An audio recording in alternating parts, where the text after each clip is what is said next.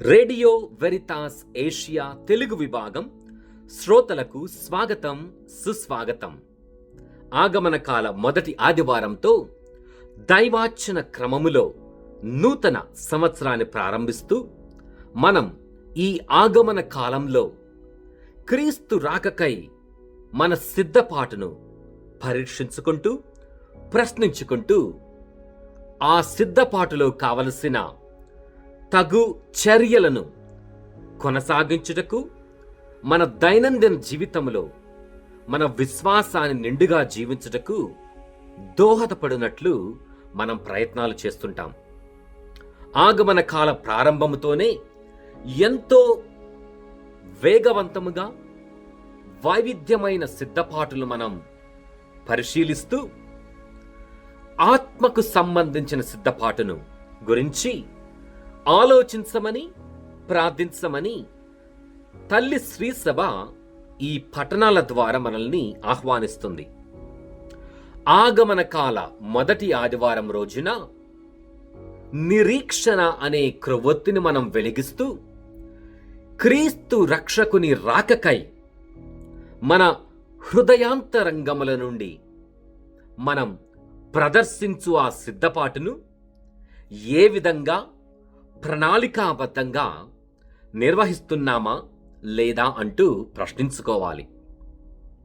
ఈ జూబిలీ సంవత్సరంలో నిరీక్షణ యాత్రికులుగా మన సిద్ధపాటు కేవలం బాహ్య ప్రపంచానికి చెందినది మాత్రమే కాకుండా అంతరంగిక విషయములందు శ్రద్ధ చూపుతూ, అంతరంగిక విషయములందు మనల్ని మనం బేరీజు వేసుకుంటూ తగు రీతిలో క్రీస్తు రక్షకుని రాకకై సిద్ధపడాలి.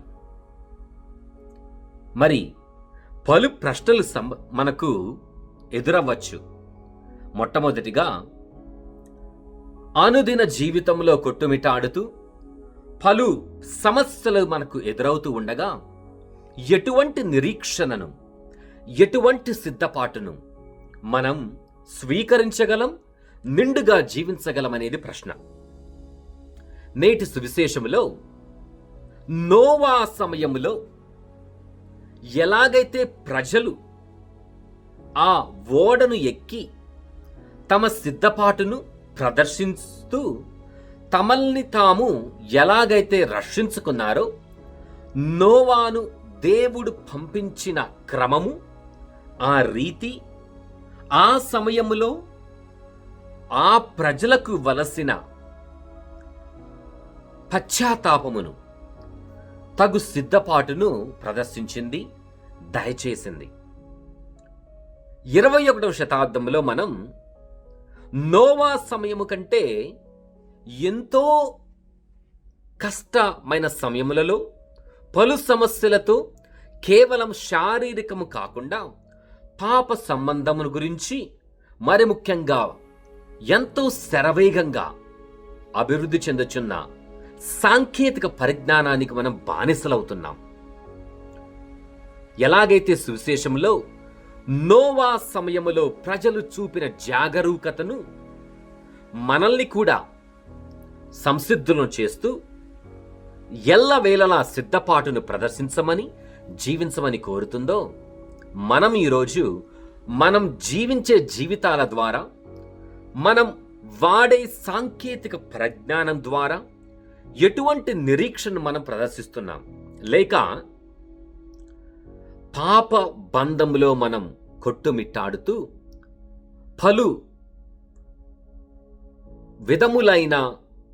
విధములైన సమస్యలకు, శోధనలకు గురి అవుతున్నామా అని ఆలోచించాలి. నోవా సమయంలో ఎలాగైతే పాపము పండి ఆ వరద ద్వారా, ఆ ప్రళయము ద్వారా ప్రక్షాళన గావించబడిందో, ఈ ఆగమన కాలంలో మనం కూడా జాగరూకులై ఉంటూ మన పాప ప్రక్షాళనకై నిరీక్షణతో, సిద్ధపాటుతో, సంసిద్ధతతో ఎదురుచూద్దాం. తద్వారా నిరీక్షణ క్రొవ్వొత్తిని వెలిగించి నిండుగా జీవించిన వారమవుతాం. ఆమెన్.